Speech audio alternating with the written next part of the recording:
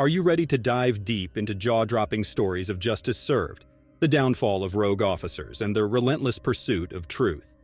From mind-blowing busts to jaw-dropping courtroom drama, this is a roller coaster ride that will take you to the stories of mortified corrupt cops who got destroyed and jailed for a lifetime. Beginning with Zachary Wester. Zachary's crimes were nothing short of appalling.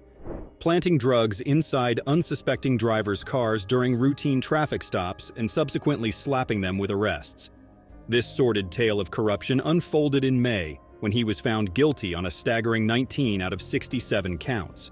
The charges included racketeering, official misconduct, fabricating evidence, perjury, false imprisonment, and possession of controlled substances and drug paraphernalia.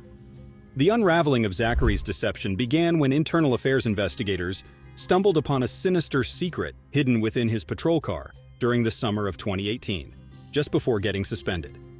It was the so-called ready-to-plant evidence that Zachary cunningly employed during his traffic stops. To further cement his guilt, body camera footage revealed Zachary covertly clutching what seemed to be incriminating baggies, filled with drugs just moments before conducting searches on the vehicles he had stopped. These shocking allegations compelled prosecutors to drop charges in nearly 120 instances involving Zachary. Next, Eric DeValcanaire. DeValcanaire stands out in Kansas City's law enforcement history, marking the first officer to face trial for the fatal shooting of a black man since 1941. The fateful incident unfolded on December 3, 2019, when DeValcanaire, in a reckless act, discharged his weapon at Cameron Lamb. Lamb, at the time, was seated in a pickup truck, gradually reversing into his own garage at the intersection of 41st Street and College Avenue.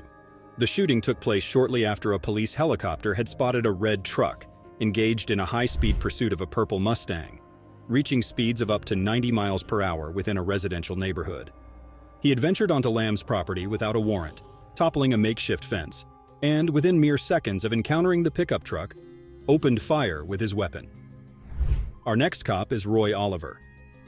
Back on April 29, 2017, Roy Oliver served as an officer with the Balch Springs Police Department, and it was on that fateful day that he responded to a disturbance call. As a vehicle started to drive away from the scene, Oliver made a crucial decision. He fired his weapon at the car, not knowing that 5 teenagers were inside. Tragically, Jordan Edwards, a 15-year-old, was struck in the back of his head by a bullet and lost his life.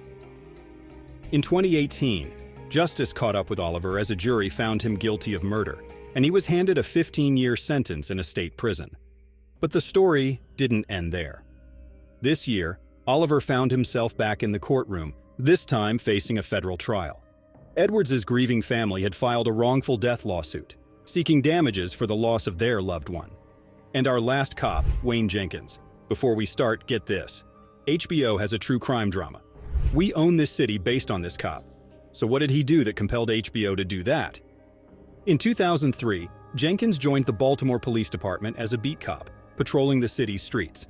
During his time on the beat, Jenkins was involved in multiple arrests that resulted in injuries to those taken into custody.